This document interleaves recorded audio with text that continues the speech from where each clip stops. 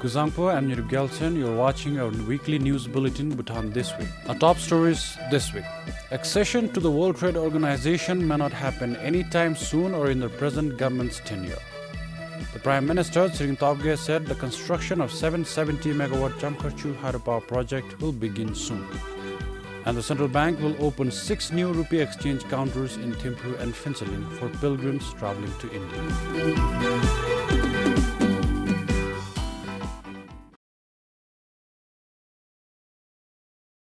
Accession to the global multilateral trading system, the World Trade Organization, may not happen anytime soon or in the present government's tenure, with the cabinet still unsure of its cost and obligation.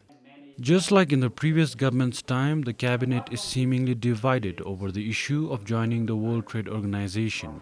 So far, Bhutan attended 2 WTO ministerial meetings, the highest WTO decision-making body in Bali and Nairobi, as an observer status.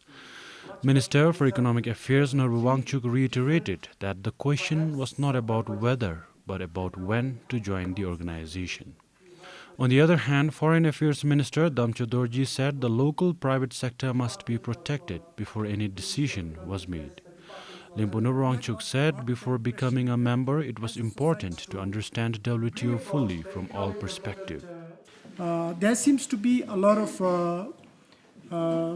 lack of understanding, lack of knowledge, education on WTO, and therefore the comfort level on WTO needs to be established. We had not got the impression that as a society we are ready to join WTO. As of now, I think what we need to do is dialogue more with the stakeholders and create this minimum level of understanding on WTO so that the stakeholders are able to form an opinion and a judgment on the WTO. Limpo Damchidorji went on to say that as of now it was prudent to wait for the private sector to grow. So therefore, I think we still have a duty to protect and nurture our private sector to an extent where they will be able to stand on their own. So until we are sure of that, I think to open it without being sure of what the consequences will be detrimental to our interests. And that is not to say that we cannot make a decision on that. As of now, we are still convinced that it is not that we need to study more, that we need to wait for more time for our economy to be better, our private sector to grow and be able to benefit from joining the WTO. He said it was necessary to weigh the cost and implications of joining the World Trade Organization. Exploring the possibility of joining the World Trade Organization forms a part of the government's manifesto. Nirib Gelson for BBS News. Prime Minister Tobgay, on his recent visit to Upper King in Jamgang, said the 770 megawatt Chamku hydropower project is finalized and its construction will begin soon. Once the construction begins, Prime Minister said the 4 geoks of Upper King will reap the benefit. The 4 geoks are Nangkhor, Shinkar, Bardo and Trong. The Prime Minister said the biggest of the construction would be the dam. It is to be built near the existing suspension bridge over Chamku near Shinkar.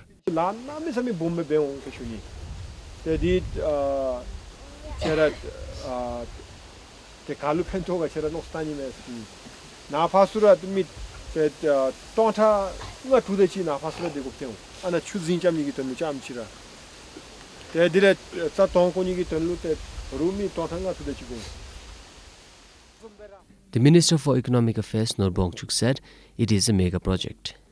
This project is a very huge mega project. It's larger than the Kolongchu project, is larger than the Mangdichu project, with 770 megawatt of power and estimated to incur an expense of more than 70 billion rupees.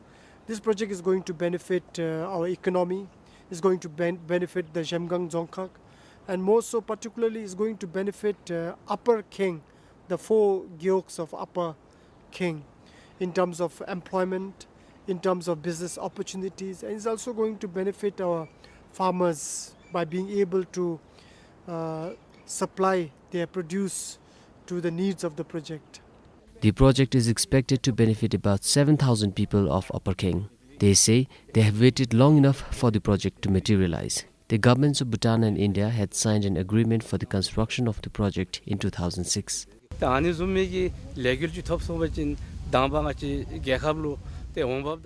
If we get this type of project, it will benefit our country's economy and the local economy. We could also develop our existing facilities like schools and hospitals, among others. This is why we are asking our government for prompt action.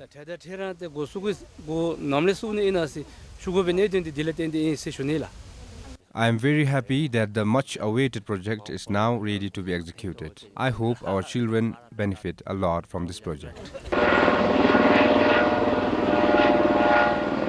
The Economic Affairs Minister Nurbongchuk said the governments of Bhutan and India finalized the joint venture project. The hydropower project will be jointly implemented by the Druk Green Power Corporation and India's National Hydroelectric Power Corporation.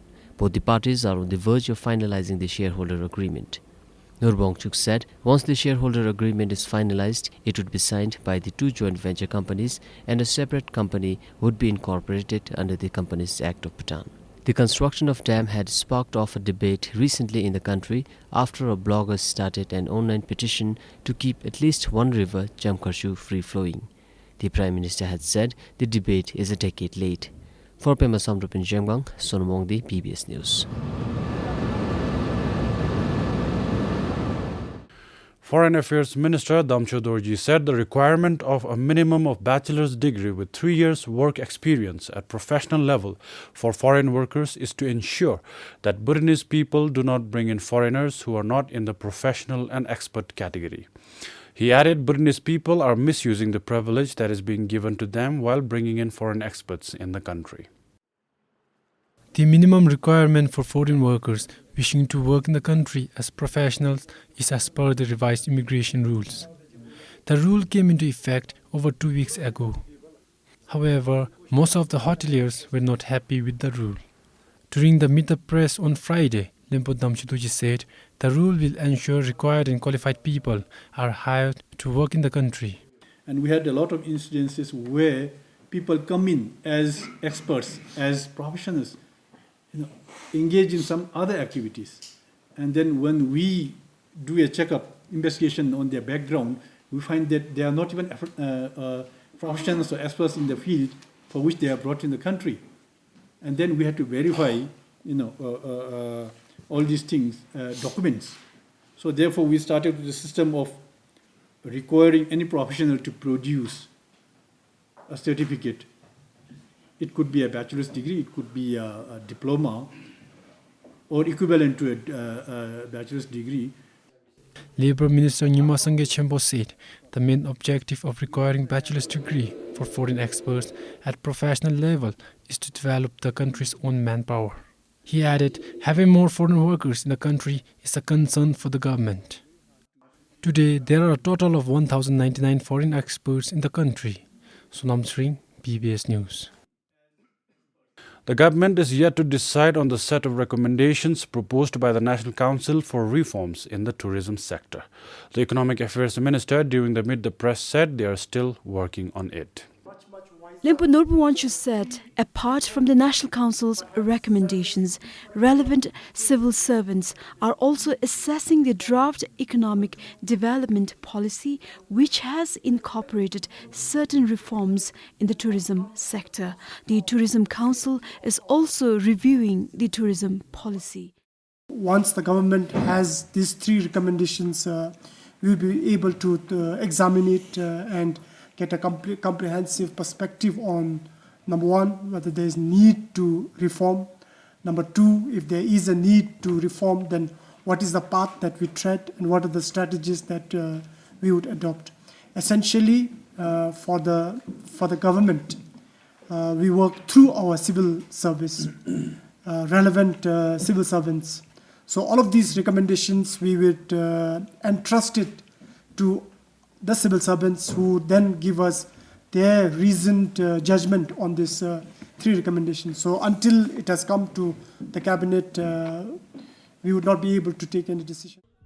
In the last Parliament session, the National Council came up with a set of 10 recommendations highlighting changes in the tourism sector. For instance, the Council recommended the government to have a new pricing mechanism to determine the tourist tariffs. The House also recommended carrying out auditing of tourism taxes to find out undercutting, which apparently is a prime issue in tourism sector. Undercutting happens when a tourism package is sold below the market price. Bemal Hudden for BBS News. Also, during the Meet the Press, Education Minister Mingbo Dukpa said so far the court has conducted 3 hearings regarding the leak of 2014's English Paper 2 for classes 12 board examinations.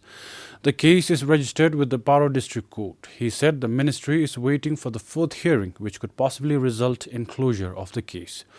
The issue came to limelight after the Bhutan Council for School Examinations and Assessment received complaints over a telephone that the English Paper 2 was leaked.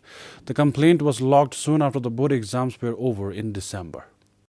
The atmosphere in the financial sector has been looking relatively better, with significant improvements in most indicators including reserve management and gross domestic product. Now both the government and the central bank are looking to capitalize on the situation to bring about radical policy reforms. One reform in particular could have direct bearing on those travelling for pilgrimage to India. The central bank will be opening 6 new rupee exchange counters in Thimphu and Phinsaling. The Prime Minister and Finance Minister visited the central bank's head office this morning and discussed on the new exchange counters. The governor of the central bank, Dasho Penjo, said the new counters would cater only to Bhutanese pilgrims and not to traders and businessmen. During the meeting, the central bank also handed over a cheque worth 788 million neutrum to the government.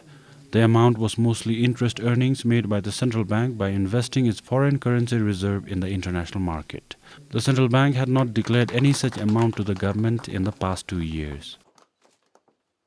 According to government officials, this additional revenue would likely be used to revise salaries of the Royal Bhutan Police.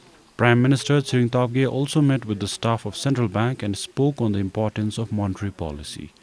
Luncheon said the RMA was an important national institute having direct bearing on economic development and social welfare.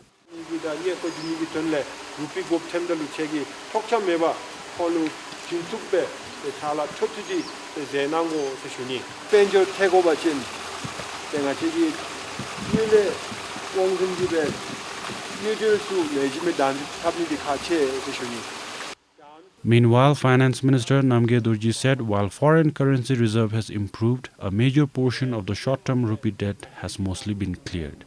Nirup Galsen for BBS News. The Royal Civil Service Commission will approach the Cabinet for the clarification on a new provision on maternity leave. The Cabinet had added a new provision and dropped 2 of the 4 RCS's proposals. The 4 provisions of the proposal submitted by the RCSC are: increase the maternity leave from 3 months to 6 months, increase the paternity leave from 5 working days to 10 working days, institutionalize parental leave of 6 months, and increase the baby feeding hours from 1 year to 2 years. The Cabinet approved the first 2 provisions. However, for the remaining 2, the Cabinet came up with a new provision instead. It stated, institutionalize extended maternity leave of half-day working for breastfeeding mothers beyond 6th month till the child attains 1 year of age.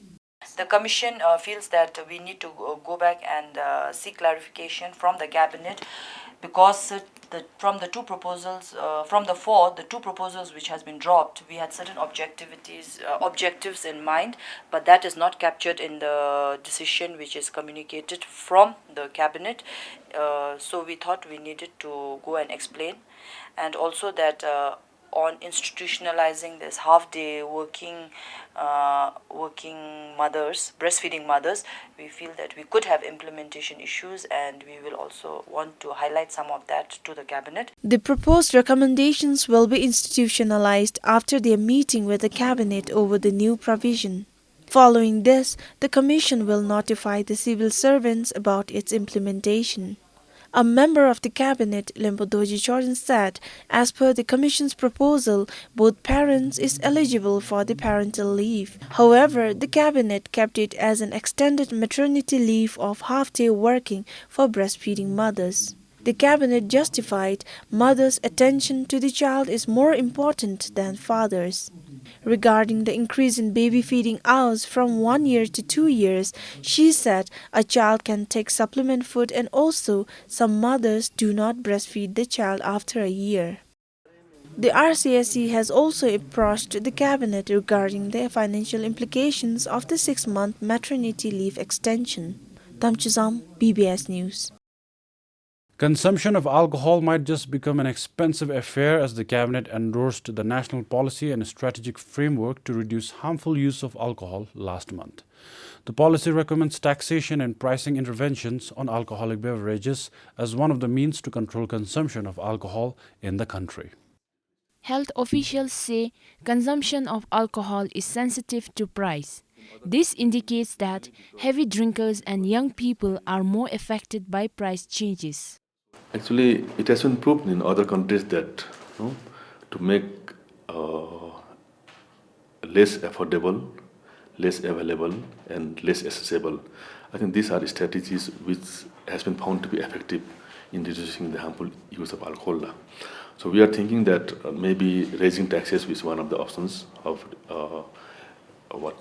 reducing accessibility and also affordability. So I think usually because if some liquor contains high alcohol, so it is supposed to be more harmful to the health. So actually policy says that if more tax could be levied on liquors which contains high alcohol. However, even with the increasing tax, the policy necessitates monitoring the consumption of potential substitutes, in particular home-brewed and illegally imported products. The National Policy and Strategic Framework, which took 4 years of consultations and meetings before being endorsed, also recommends 9 other strategies to reduce harmful use of alcohol. It includes creating awareness, effective health service response, and monitoring, among others. The Health Ministry, in collaboration with other stakeholders, will now come up with an action plan to implement the policy.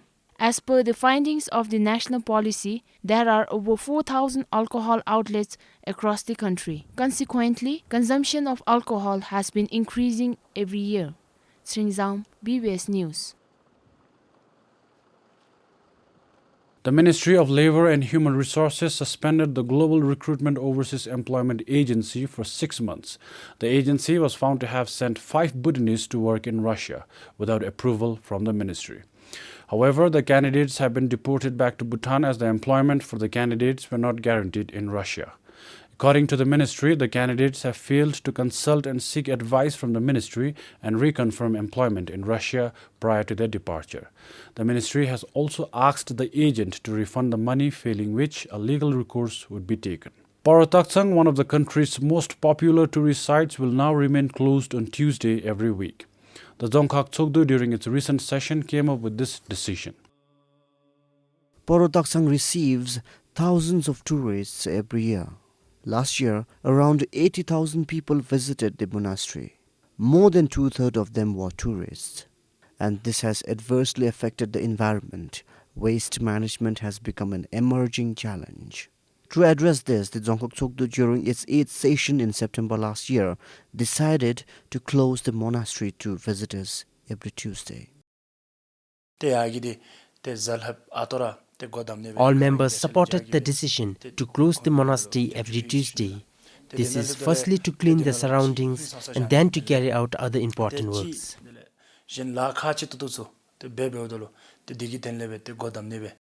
The Tsogdu's resolution will come into effect from next week.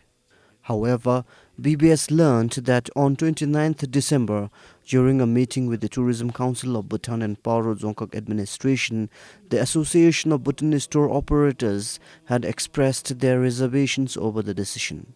They had instead requested the timings to be postponed for at least 3 months. BBS approached APTO regarding the matter, but they refused to comment. The DT chairperson said they have not received any letters or calls from either TCB or APTO regarding this matter. Since the decision was made during the Dzongkhag Tsogdu, it can only be changed through Dzongkhag Tsogdu with all its members present. No one has authority to change it, not even me. The next Dzongkhag Tsogdu is expected to be held towards the end of January.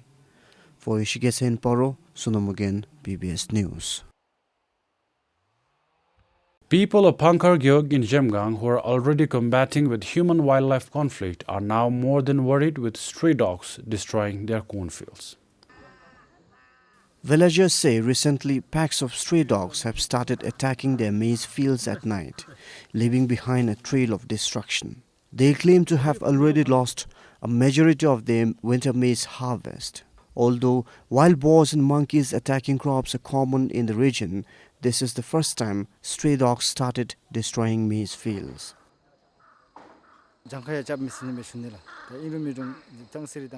Out here, there are only a few stray dogs, but in Changsari and Pantang, there are almost 30 to 40. The way they destroy the crop is no different from wild boars and monkeys.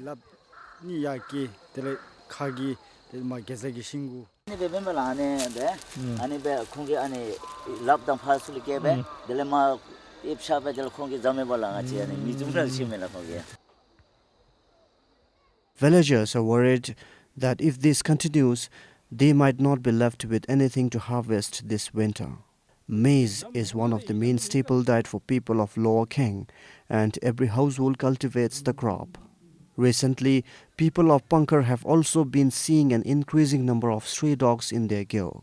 They are concerned this could lead to outbreaks of rabies and other related disease. There is more number of stray dogs this year. In Pantang, there are more than 70. They destroy our crops, and there are also risks of children getting bitten. It's worrying.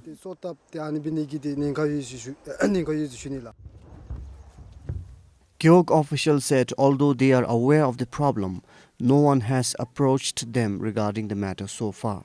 Recently, mass dog sterilization was carried out in the Gyog. This, the Gyog officials said, will help reduce the stray dog-related risks. However, when it comes to crop rampage, villagers are yet to find out what made the canine take to their fields. For Pema Samdru, Sonamugen, PBS News. Thank you for joining us. Goodbye.